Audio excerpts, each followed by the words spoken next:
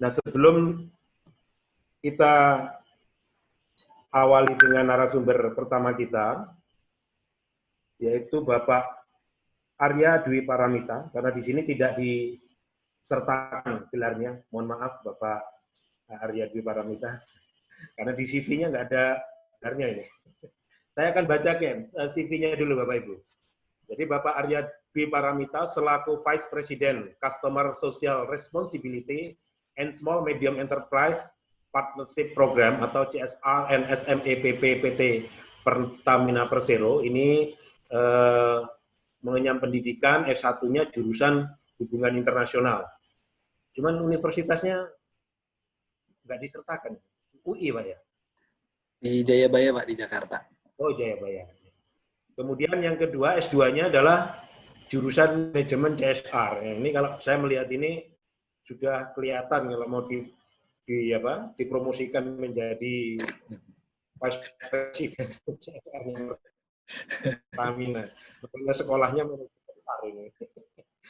Dan beliau ini hampir 20 tahun bertugas di lingkungan Corporate Secretary Pertamina, memiliki pengalaman menjalankan penugasan di bidang komunikasi dan tanggung jawab sosial dan lingkungan. Ya kira-kira seperti ya CSR-nya ini Pak ya.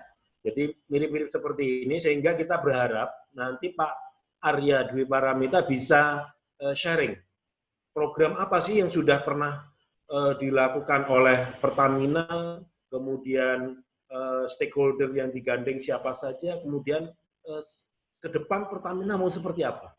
Dan ini nanti teman-teman mohon bisa mencermati apa yang disampaikan oleh Bapak Dwi Paramita, sehingga nanti juga mungkin Bapak Dwi Paramita bisa, apa sih harapan Bapak Dwi Paramita terhadap Plikmas Indonesia ini, yang katanya isinya orang-orang yang ikhlas dalam aktivitas pengabdian atau pemberdayaan masyarakat.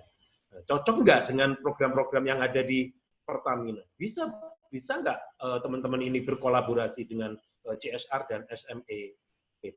Saya kira Bapak Ibu peserta bisa mencermati nanti paparan yang disampaikan oleh Bapak Arya. Mohon maaf saya singkat seperti itu Pak ya, Bapak-Bapak ya. Nah, Bapak punya waktu tadi 45 menit, sekarang mulai jam 8.55.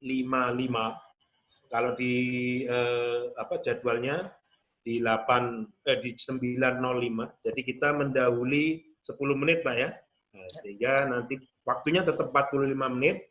20 atau 25 menit Bapak presentasi, kita lanjutkan 20 menit untuk presentasi. Kepada Bapak Arya Dwi Paramita, waktu kami persilahkan sepenuhnya. Silahkan. Baik, Bapak. Terima kasih Pak Arief Budiantoro atas perkenalannya, dan terima kasih Bapak Ibu penyelenggara atas kesempatan yang diberikan kepada kami. Bismillahirrahmanirrahim. Assalamualaikum warahmatullahi wabarakatuh. Yang kami hormati Bapak Prof. Sundani, Ibu Leli, Ibu Isnaini selaku pembicara nantinya, dan juga Bapak Ibu praktisi, akademisi, dan juga penggiat CSR. Mohon izin saya perkenalan tadi sudah disampaikan oleh Pak Arief. Jadi saya Arya, saya memang background-nya lebih banyak di komunikasi karena selama tugas di Pertamina selalu ditempatkan di posisi-posisi untuk komunikasi dengan media. Jadi mungkin bisa dibilang sekitar hampir 18 tahun lebih ya.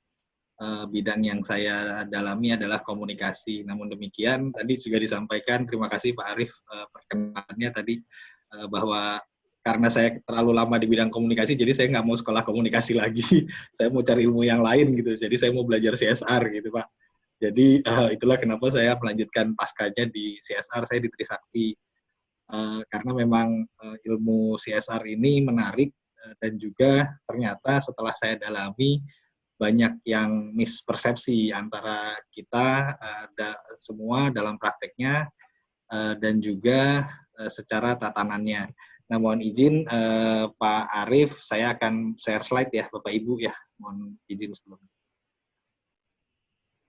Nanti materinya saya sudah berikan panitia kemarin Bapak Ibu PDF-nya. Monggo kalau memang bisa di-share ke peserta. Jadi Bapak Ibu izin ini pendahuluan saja bahwa di Pertamina itu kami menjalankan program TJSL ya, tanggung jawab sosial dan lingkungan. Kalau tadi di sebutan jabatan itu ada CSR, Corporate Social Responsibility, dan SMAP. SMAP itu sebenarnya istilah untuk Small Medium Enterprise Partnership Program. Jadi itu program kemitraan untuk usaha kecil. Nah, memang kenapa ada tambahan itu, karena memang di BUMN ini, semua BUMN itu menjalankan peraturan Menteri BUMN yang terkait dengan KBL, di mana ada mekanisme PK di situ, yaitu program kemitraan. Ini nanti saya akan paparkan lebih dalam di dalam slide. Jadi ini adalah yang menjadi semangat kita bahwa kita semua Pertamina pada saat ini menjalankan programnya tentunya harus selaras dengan semangat narasi besar nasional dan juga kepentingan perusahaan. Ini harus berjalan beriringan dan ini merupakan bagian dari ketulusan kami dalam melayani masyarakat. 4 bidang yang pasti Bapak Ibu dari Flipmas sudah pernah berkolaborasi juga ya, dan beberapa sudah menunjukkan positif improvement gitu ya di lapangan yang luar biasa. Alhamdulillah, terima kasih atas dukungan Bapak Ibu dari Flipmas.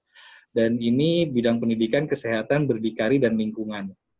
Pada saat ini kebijakan di kementerian sedang menggalakkan bagaimana kita semua, kami di BUMN, itu untuk bisa mendukung pemerintah dalam mencapai tujuan pembangunan berkelanjutan atau SDGs. Sehingga setiap perusahaan BUMN akan dikelompokkan ke dalam klasternya, dan itu selanjutnya klaster itu akan menentukan prioritasnya. Nah, Pertamina saat ini update-nya adalah kami masuk ke dalam klaster energi, Bapak Ibu. Jadi energi itu minyak, gas, dan energi sebenarnya lengkapnya. Di dalamnya ada Pertamina, PLN, PGN, dan EMI. Jadi ini disesuaikan dengan core bisnisnya. Kenapa demikian? Karena kami memang 2020 ini menjadi milestone penting ya untuk kebijakan dan strategi tanggung jawab sosial lingkungan di perusahaan, terutama di BUMN.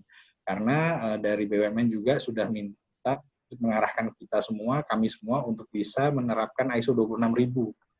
Sehingga, dan disinilah yang tadi saya sampaikan bahwa persepsi itu mulai diluruskan. Bahwa selama ini kalau prakteknya di perusahaan itu CSR itu isinya donasi aja kan. Donasi-donasi dan terus kemudian filantropi yang sifatnya memberi dan seterusnya. Sementara kalau di ISO 26000 itu hanya bagian dari core subject nomor 7 gitu. Sedangkan ada aspek lain, 6 aspek lainnya itu yang justru sebenarnya itu adalah kontribusi dari si perusahaan itu sendiri.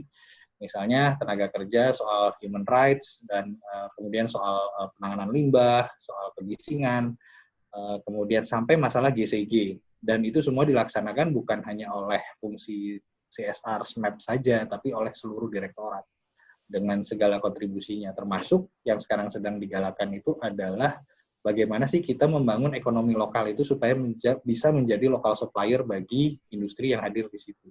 Kurang lebih itu gambarannya, jadi peraturannya sekarang sedang dibenahi, kita semua diminta untuk menjalankan sesuai dengan ISO yang ada, dan mengedepankan, mendukung pemerintah dalam mencapai SDGs. Kurang lebih ini gambarannya yang tadi saya sampaikan.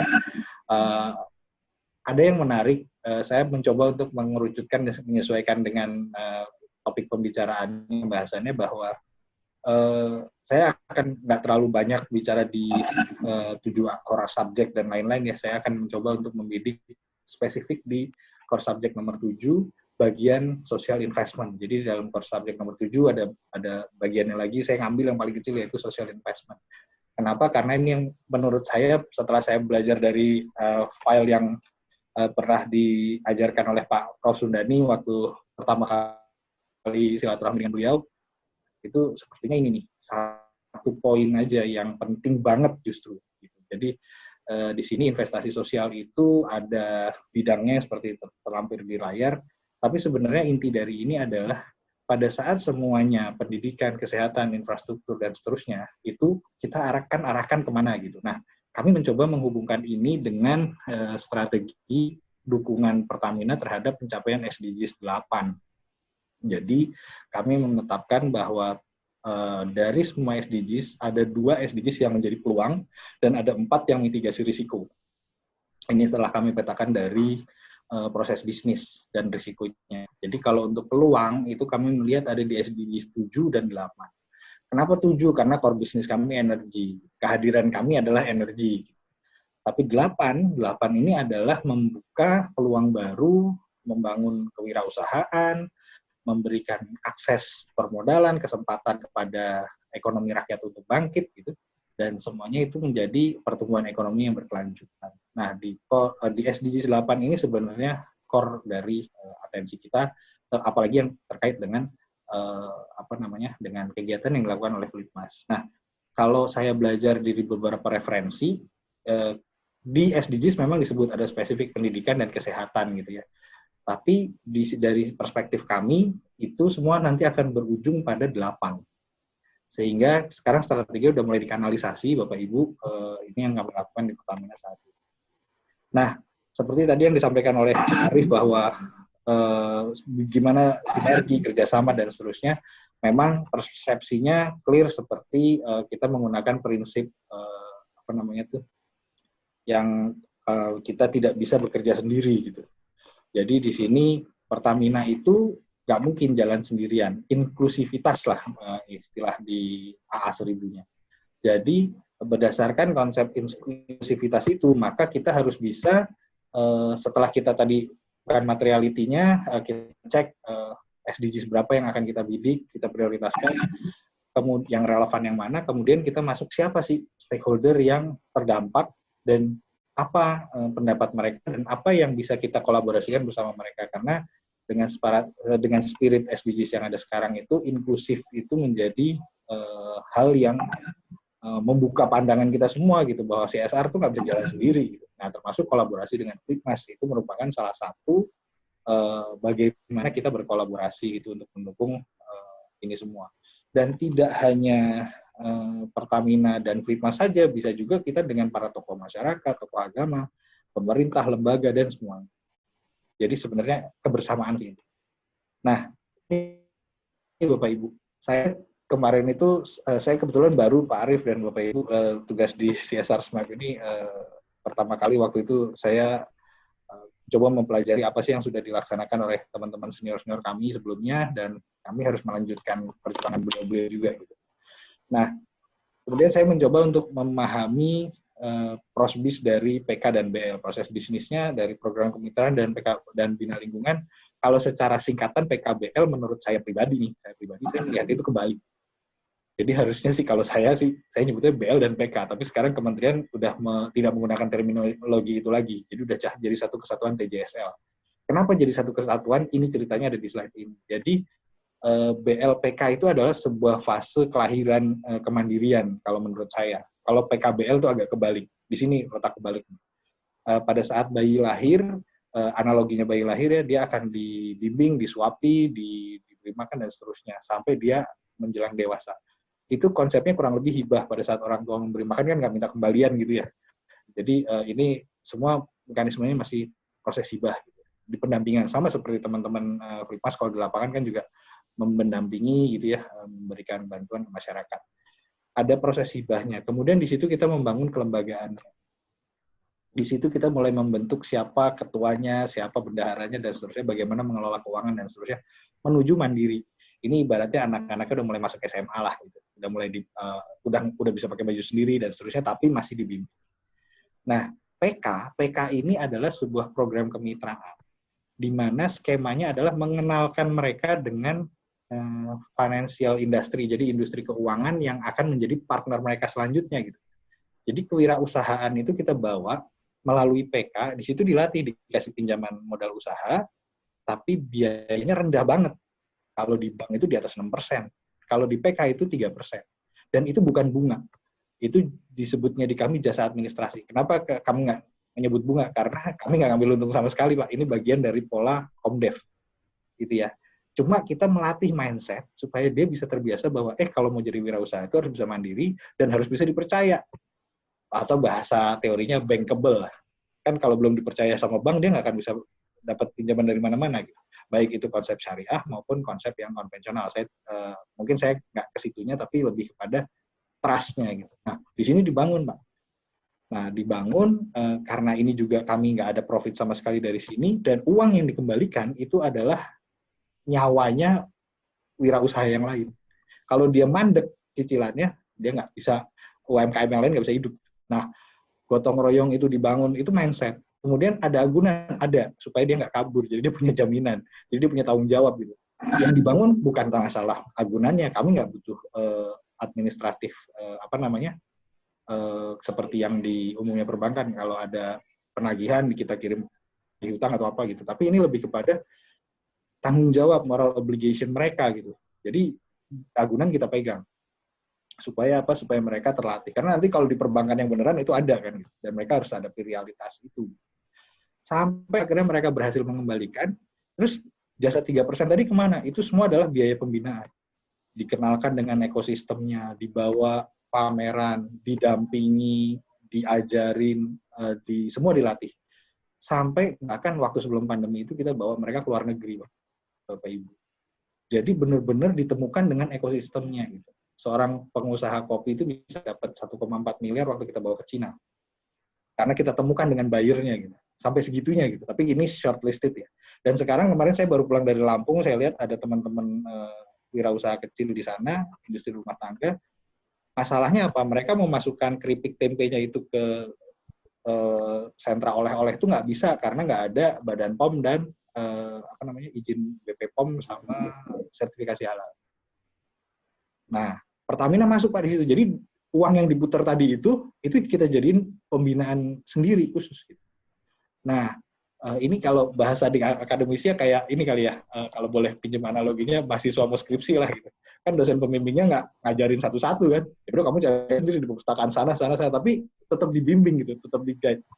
Udah beda sama kayak guru TK waktu ngajarin anak ini pakai sepatu kan gitu. Ini analoginya gitu kan. Nah, fase ini sekarang dijadikan satu. Sehingga istilah PKBL sudah tidak dipakai lagi di kementerian, sudah mengarah kepada TPSL. Jadi ini adalah full cycle yang menjadi satu kesatuan fase pembangunan. Nah, tadi saya mention soal 7. Jadi Pertamina saat ini memang tadi yang 8-nya udah selesai ya, sekarang yang 7-nya. 7 ini lebih kepada energi. Ada satu desa yang kami coba bangun kemandirian energinya. Dan sebelumnya saya juga sempat diskusi dengan Prof. Indani bahwa Pak, ada nggak sih teman-teman Litmas yang main di kemandirian energi gitu ya. Kemarin sempat ikut yang seminar yang di Sumatera Barat ya. Saya sempat join juga gitu. Wah, itu banyak yang menarik juga gitu. Dan ini kita punya Mas Bayu, Mbak Mina. Ini kalau yang ada dari Cilacap mungkin familiar nih. Ini desanya itu di dekat kilang tapi nggak ada listrik. Karena dia ada klaster yang off grid gitu. Jadi dia nggak dapat distribusi PLN. Sehingga teman-teman Pertamina masuk, kita lihat hidupannya, mereka sebelumnya pakai genset, kita rubah jadi hybrid. Dan nilai ekonominya sederhana, singkat aja saya cerita bahwa sebelumnya mereka kan rata-rata petambak ya, tambak ikan gitu. Budidayanya itu kalau habis panen langsung diambil sama bukan rentenir, yang suka beli hasil buminya itulah pokoknya. Tapi dia nggak punya bargaining position gitu. Karena dia nggak punya mesin pendingin. Kenapa nggak ada mesin pendingin? Karena nggak ada listrik gitu kan. Listriknya terbatas. Nah, dengan adanya hybrid ini, si penadahnya hasil panen tadi itu jadi jadi petambak ini jadi memiliki bargaining position yang lebih kuat gitu.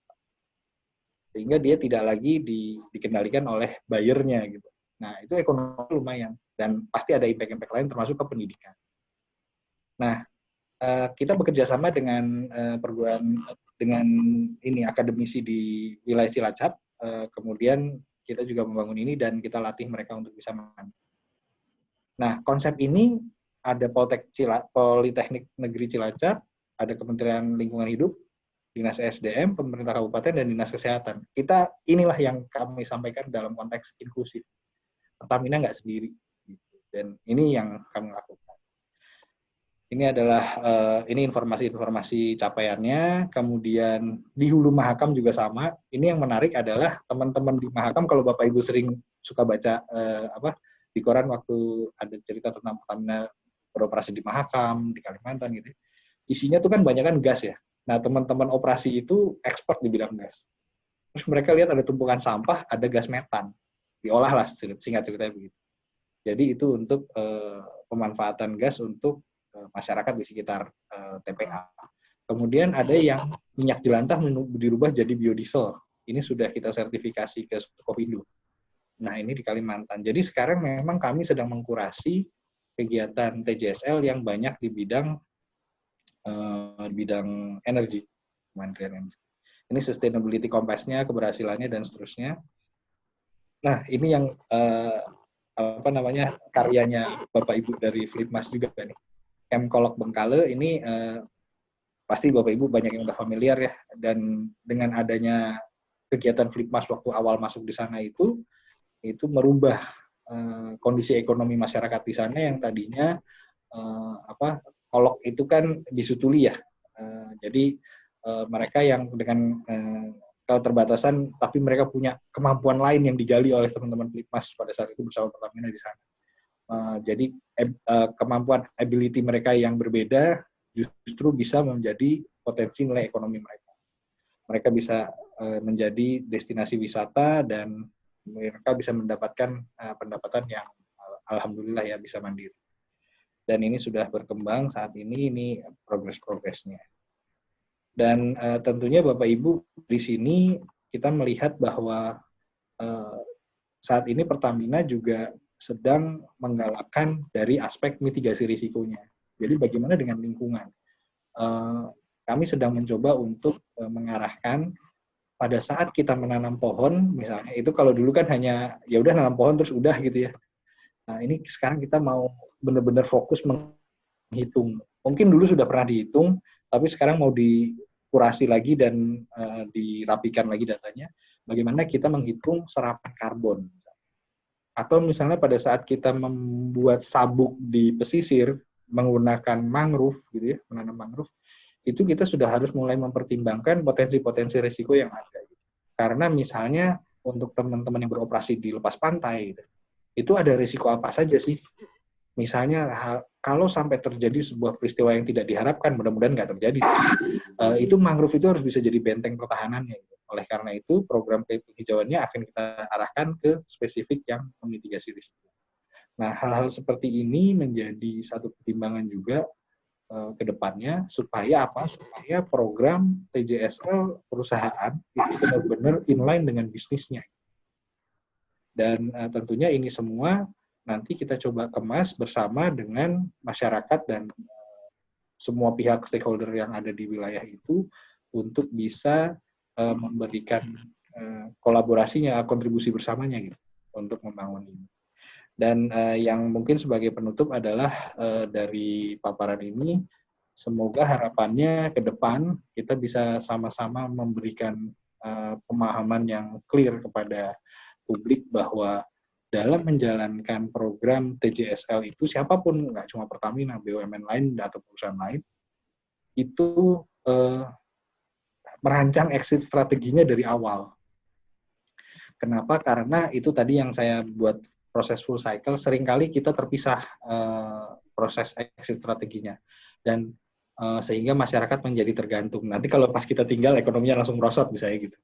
Nah, harapannya tidak seperti itu, karena kita harus bisa move on gitu ya. Move on ke titik-titik lain yang lebih membutuhkan. Jadi, tapi kami yakin pasti teman-teman di Flipmas, Bapak Ibu sudah sangat menguasai dan mengkaji ini jauh lebih dalam. Namun demikian, untuk sama-sama mengingatkan juga, terutama bagi saya, untuk mengingatkan diri saya sendiri bahwa ini kita perlu untuk ada fase exit-nya. Kenapa? Karena kita mendevelop, bukan menyuapi mereka terus. Gitu. Analoginya sih kurang lebih seperti itu. Dan alhamdulillah ini semua yang kami sajikan di sini, semoga ini bermanfaat. Ini bisa menjadi benchmark, monggo. Dan ini juga yang terakhir juga ada kami kutip dari karyanya Bapak Ibu Flipmas yang pernah menjalankannya di sana. Demikian Pak Arief, Bapak Ibu, terima kasih banyak. Saya mendapatkan banyak pencerahan dari diskusi-diskusi di forum-forumnya Flipmas yang sebelumnya dan yang saat ini. Dan mungkin nanti mohon izin Bapak sekitar menjelang jam 10, saya juga jadi narasumber di tempat lain, jadi monggo kalau masih ada sesi diskusi silahkan, tapi nanti mungkin menjelang jam 10 saya akan izin pamit. Terima kasih Pak Arif, saya kembalikan kepada Pak Arif sebagai moderator. Mohon maaf kalau ada yang kurang berkenan. Wassalamualaikum warahmatullahi wabarakatuh. Waalaikumsalam. Terima kasih Pak Arya, menarik materinya Bapak Ibu.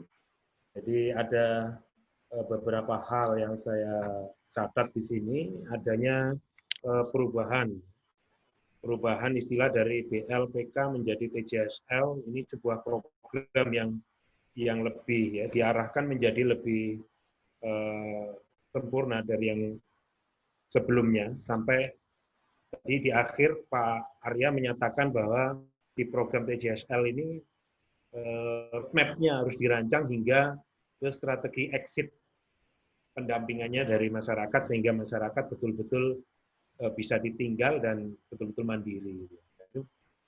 Itu menjadi pemikiran sejak lama bagi teman-teman yang pelaksana pengabdian, tapi faktanya ya susah juga gitu Pak Arya. Jadi nanti ini juga tadi teman-teman mungkin bisa belajar juga dari apa yang dilakukan oleh Pertamina, gitu ya, bagaimana program-program yang sudah dikembangkan oleh Pertamina. Untuk berikutnya, kita masih ada waktu ini Pak Arya sampai 9.40 Pak Arya. Jadi nanti Pak Arya jam 10 kan meninggalkan sesi forum ini. Mungkin kita coba bangun sebuah diskusi yang positif.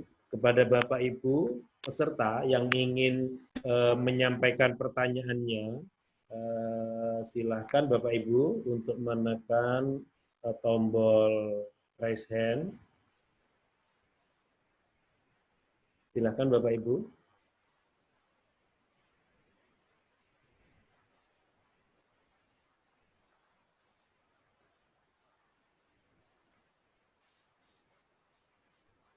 Yang sudah ini langsung di-unmute.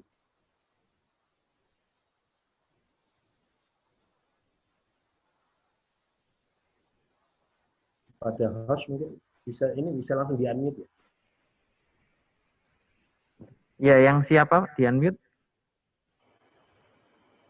Ya. Oh, ya. Bulkaini, ya, Bulkaini ya. Saya langsung sebutkan nanti secara berurutan langsung menanyakan. Ya, yang pertama Bulkaini, kemudian Bapak Hussein Kasim, dua dulu aja. Pak ya. Bulkaini silahkan. Baik, terima kasih pada Bapak moderator. Ya. Halo. Nama saya Bulkaini dari Mataram, Lombok, Universitas Mataram. Menarik apa yang telah disampaikan oleh narasumber tadi, bahwa dari Pertamina, nah terkait dengan gejala yang pernah terjadi pada tahun 2018, yaitu gempa bumi ada di Kabupaten Lombok Utara. Nah, seiring dengan terjadinya gejala namanya musibah tersebut, kita menangani sebuah kandang kelompok di mana kotorannya itu saya buat menjadi biogas. Nah, kendalanya adalah biogas yang kami buat itu adalah anggota kelompok ternak itu saling mengharapkan untuk mengisi digesternya, sehingga apa yang telah saya buat itu menjadi permasalahan.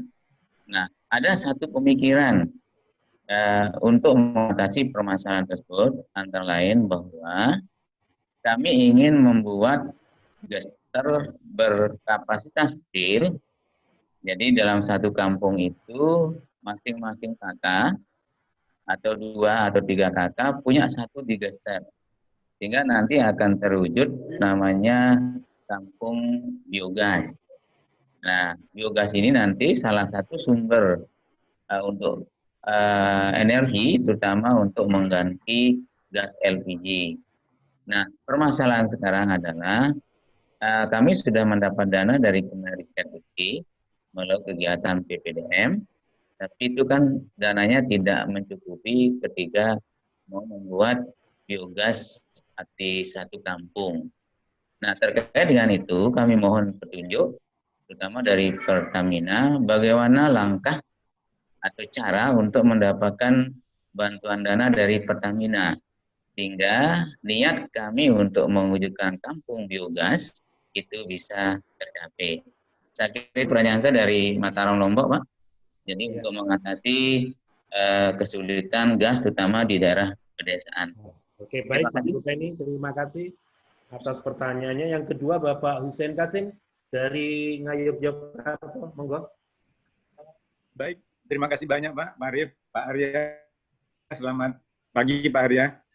Ya, sebelum saya bertanya dan hampir juga sama dengan tadi dari Lombok, saya ingin mengomentari dulu bahwa pendanaan yang sifatnya tadi yang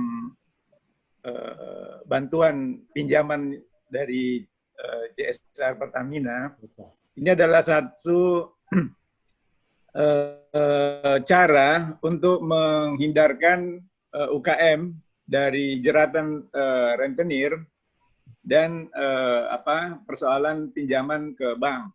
Nah, saya punya UKM, saya dari UPN Jogja, Pak. Itu di Masamba, Luwu Utara yang kemarin tersapu banjir lumpur.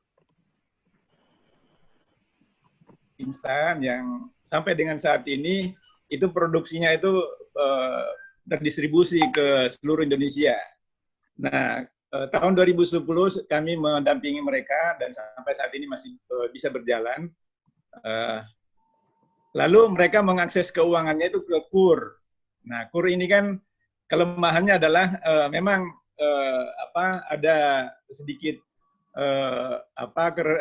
bunga yang lebih rendah daripada yang di pinjaman lainnya.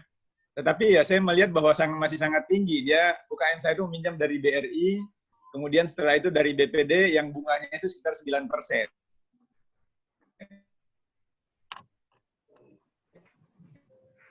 Ya, pertanyaannya Pak Hussein.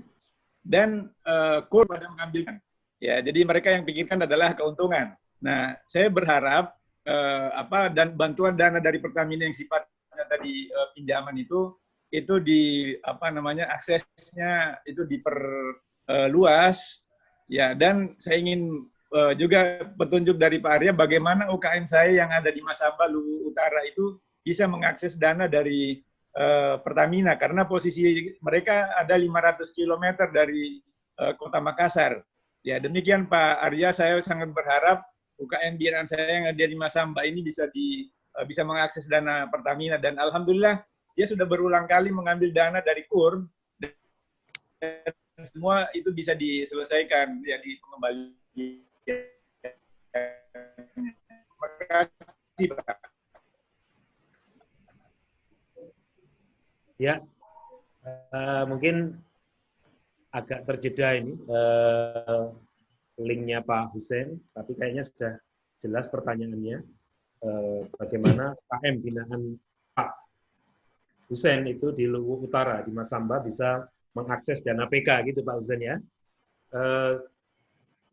Saya persilahkan Pak Arya untuk bisa memberikan bukan tanggapan kalau saya ini, tapi ya sebuah sharing juga dengan permasalahan yang dilontarkan oleh teman kita. Jadi yang pertama Pak Bulkaini ini Pak Arya, bagaimana ide membuat digester skala rumah tangga di dalam level kampung gitu Pak Bulkaini ya. Cuman dananya dari Dikti sedikit, tapi bagaimana itu bisa diwujudkan dengan bisa mengakses dana mungkin kalau dulu BL ya. Dana BL dari Pertamina. Kemudian yang kedua dari Pak Hussein tadi, bagaimana UKM binaannya yang ada di Masamba itu bisa mengakses dana PK dari Pertamina. Monggo Pak Arya. Waktu kita ini sudah jam 26 Pak Arya, jadi ada waktu 14 menit. Silakan. Terima kasih Pak. Saya jawabnya, mohon izin saya gabung jawabannya Pak Bulkaini dan Pak Hussein ya, karena tadi ada yang mirip jawabannya. Pertama, untuk bisa mengakses Pertamina, kami ada kantor perwakilan di 8 region. Namun demikian, sepertinya tadi lokasi Bapak-Bapak tidak terlalu dekat dengan lokasi teman-teman kami.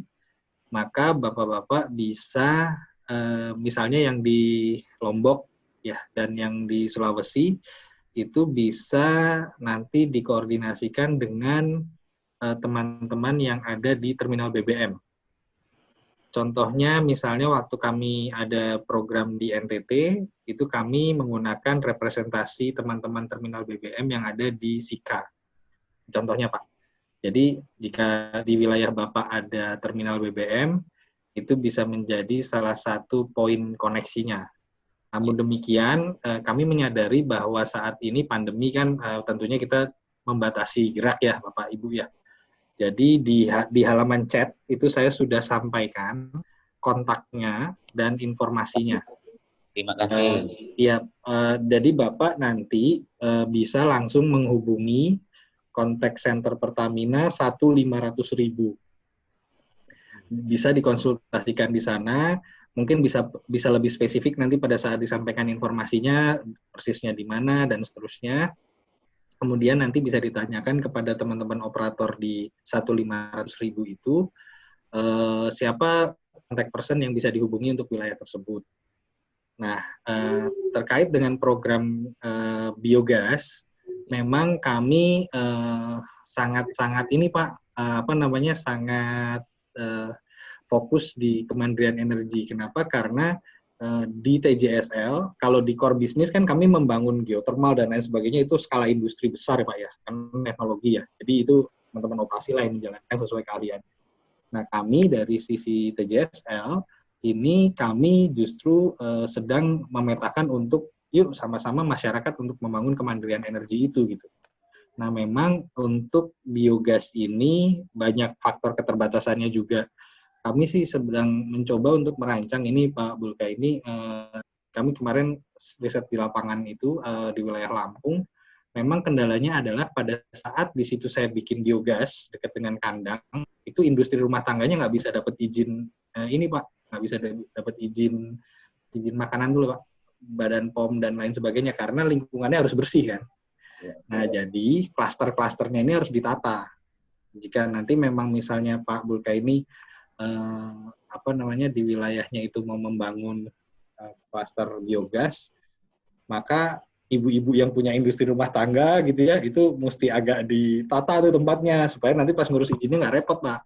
Ya, kan pasti ada laler, ada ini kan ya. Nah itu yang harus diantisipasi lah. Kemarin saya diskusi gitu Pak sama mereka pas saya bilang, Bu ini bikin bakso kenapa nggak pakai biogas? Dan nanti buka kandang dekat situ lagi dan seterusnya gitu ya. Wah ya nggak dapat izinnya aku Pak. Malah susah aku ngurus izinku nanti katanya. Udah aku pakai ini aja, bright gasnya Pertamina aja gitu kan. Jatuhnya jadi gitu. Bisa berpendapat Pak Arya, bisa berpendapat? Boleh, silakan Pak, silakan diskusi. Pengalaman saya menarik Pak. Jadi dana yang kami deploy dari Kemenristek itu yang tahun pertama, tahun kedua, nah sekarang tahun kedua, kami bangun kandang ala lesehan Pak. Jadi seperti lesehan, jadi kandang itu kami buat tembok keliling, lalu di dalam kandang itu saya buat jalan sampah, karabat, lalu saya buatkan dia berugak, tempat duduk-duduk. Nah digesternya itu berada di bawah berugak itu, nah, berugak itu bahasa sana, sehingga tidak kelihatan di digester, dan lalat itu tidak ada. Oke. Sehingga anak-anak sekarang menjadi objek wisata ketika anak SD memperkenalkan tentang hewan. Oh ini sapi, ini kambing, ini burung ini. Jadi objek wisata, dan itu sudah berjalan di tahun kedua. Nah, cuman masyarakat di sekitarnya bisa enggak Pak Bulka ini tapi mengakses gasnya katanya. Oh bisa, silahkan kami pasangkan selang. Cuma kendalanya kesulitan dia mau ngisi digesternya dengan kotoran itu, sehingga usul dari masyarakat tempat, buatkan saya digester, nanti kami ngambil kotorannya saat isi sendiri, sehingga minimal untuk kebutuhan rumah tangga tidak membeli gas, tapi cukup dari kotoran. Nah itu barangkali Pak. Nah ini skala.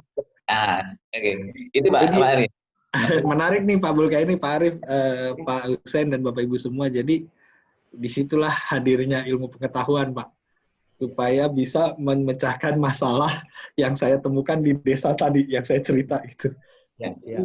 Karena kemarin mereka juga belum sampai ke situ, Pak. Kalau Bapak udah pakai buat lesehan, keren banget tuh, Pak. Jadi Pak, jadi Itu keren banget. Jadi ya monggo Pak, inilah namanya inklusif ya Pak ya, inklusivitas. Jadi semua pihak kolaborasi. Boleh Pak, nanti kalau wilayah Bapak itu di Lombok, itu kantor terdekatnya ada terminal BBM di sana. Jadi namanya ada di kantor yang terdekat di mana Pak? Kalau di Lombok, kantor yang terdekat yang bisa kami kontak? Ada terminal BBM, tapi memang kantor induknya ada di Surabaya Pak. Nah, cuma memang teman-teman Surabaya kan saat ini kondisinya dalam pembatasan ya pergerakannya. Nah, nanti Bapak sementara bisa kontak dulu lewat 1.500.000. Nanti Bapak akan diarahkan ke siapa gitu, Pak. Mungkin kalau mau ada diskusi lebih lanjut, monggo saja. Gitu. Karena waktu gempa Lombok kan kami juga ada di sana tuh membuka camp dan membantu masyarakat juga di sana. Mungkin itu sih Pak, nanti mudah-mudahan bisa sukses. Dan untuk Pak Hussein tadi terima kasih Pak, memang konsep PK ini, program kemitraan itu kami lakukan untuk menyelamatkan teman-teman dari teman-teman wirausaha ya dari jeratan rente itu Pak. Kemarin ini ada perkembangan diskusi terkait dengan pengelolaan ini, tapi saya belum bisa declare di sini karena ini ranahnya pemerintah dan di luar otorisasi saya. Tapi kita tunggu nanti Pak, karena sekarang lagi digodok sistemnya. Ini nanti seperti apa, karena berdasarkan pengalaman kami, nanti ada masalahnya juga di agunan Pak. Biasanya tuh teman-teman wirausaha kecil itu nggak punya barang untuk diagunkan gitu. Apa gitu ya. Nah itu nanti mekanismenya seperti apa, dari kementerian sedang mencoba menggodok itu Pak. Dan karena kami ini kan bisnisnya energi Pak, bukan lembaga keuangan. Nanti malah kami takut salah kalau memberikan statement. Tapi insya Allah harapannya Pak Hussein bisa bisa terus maju usaha yang dibinanya, sehingga nanti memberi manfaat untuk masyarakat. Kontaknya sama Pak Hussein, nanti ada proses verifikasi dari tim kami di lapangan. Memang kalau letaknya terlalu jauh, nanti biasanya ada klaster, Pak. Kami baru tahun ini menggunakan tenaga klaster di lapangan. Jadi nanti kami bagi wilayahnya. Cuma saya nggak terlalu hafal detailnya. Silahkan dikontak nomor yang tadi saya sebutkan, Pak. 1.500.000, 150-nya 5 kali. Baik, Pak. Baik. Terima kasih Pak Arya atas penjelasannya. Mungkin tadi Pak ini sudah dapat ininya Pak ya. Juga Pak Hussein. Nah, ini ada permasalahan kalau 500 kilo nggak masalah karena ada tenaga klaster. Nah, cuma nyari kontak tenaga klasternya itu tadi Pak Hussein ya. Iya Pak. Nah, ini kita masih ada waktu 5 menit. Mungkin Pak Ismail Tual. Monggo Pak Ismail bisa. Ya. Tapi satu pertanyaan Pak Ismail. Hanya satu A, bukan satu A B C D. Ya, terima kasih Pak Arif. Assalamualaikum, selamat pagi Pak Arif. Ya, pagi Pak. Saya Ismail dari Politeknik Perikanan Negeri Tual di Maluku. Siap, monggo Pak. Saya sudah 2 kali komunikasi dengan pimpinan Terminal BBM Tual. Saya mau tanya ke Bapak, kami sudah dalam rangka pemberdayaan UMKM di lokasi kami sudah kerjasama dengan pemerintah daerah. Nah, rencananya juga mau dengan BUMN dalam rangka triparti. Ya. Nah, kalau misalnya kami sudah kerjasama misalnya Pak dengan Telkom dalam rangka untuk mempermudah biaya pengiriman, apakah juga bisa dengan Pertamina? Kalau dengan 2 BUMN, itu dimungkinkan atau tidak Pak? Atau harus satu BUMN aja? Terima kasih Pak. Baik Pak, terima kasih. Kalau yang disampaikan Pak Ismail tadi menarik, sering ditanya juga kami di lapangan. Kalau untuk dalam konteks program kemitraan tidak bisa double Pak. Jadi kalau yang pinjaman modal usaha tadi, saya salah satu screeningnya adalah persyaratannya dia belum dibantu oleh BUMN manapun. Kenapa demikian? Karena ini lebih kepada pemerataan Pak, supaya tidak menumpuk di satu tempat. Gitu Pak. Oke, kemudian yang kedua, untuk jika di luar program kemitraan itu relatif Pak, tergantung kondisi di lapangan seperti apa. karena kemarin ini dalam waktu dekat kami akan bersinergi dengan BUMN lain. Contoh misalnya dengan Pegadaian, dengan Pupuk, dan itu sangat-sangat dimungkinkan. Misalnya ya Pak ya, saya punya program binaan sampah misalnya gitu ya. Terus dari situ hasilnya keluar pupuk gitu. Nah, untuk mendapatkan hasil yang maksimal, bisa aja saya kolaborasi dengan teman-teman Pupuk Indonesia misalnya gitu. Ini contoh Pak. Nah itu dimungkinkan gitu. Tapi itu atas dasar inisiatif dari para BUMN-nya. Gitu. Atau misalnya dengan kita sedang melakukan CSR pendidikan, tapi isunya masalah jaringan telekomunikasi misalnya. Kemudian kami bersinergi dengan Telkom misalnya. Bisa saja Pak. Tapi itu sangat-sangat kasuistis Pak, case di lapangannya. Demikian Pak Ismail. Ya, makasih Pak. Ya. Terima kasih Pak. Terima kasih Pak Arya. Saya kira waktu yang disediakan oleh panitia untuk narasumber kita yang pertama Bapak Arya, Bapak Arya Dwi-Paramita, Presiden CSA Pertamina Persero, sudah cukup waktunya. Terima kasih Pak Arya atas sediaan waktunya untuk bisa bersama-sama sharing dalam program seminar ini agar kita juga bisa saling melengkapi apa yang kita lakukan untuk pemberdayaan masyarakat. Semoga masyarakat Indonesia semakin makmur dan sejahtera. Untuk itu kepada Bapak Ibu peserta, kami mohon untuk memencet tombol reaction dengan tombol applause untuk Pak Arya Paramita. Kami ucapkan terima kasih Pak Arya Terima kasih Pak Arif. Terima kasih Bapak Ibu semua. Terima kasih. Wassalamualaikum warahmatullahi wabarakatuh. Waalaikumsalam warahmatullahi wabarakatuh, Pak Arya. Terima kasih. Mohon izin pamit Pak, Ibu. Maaf ya, matur suwun. Matur nuwun, Prof. Terima kasih Prof Sundani.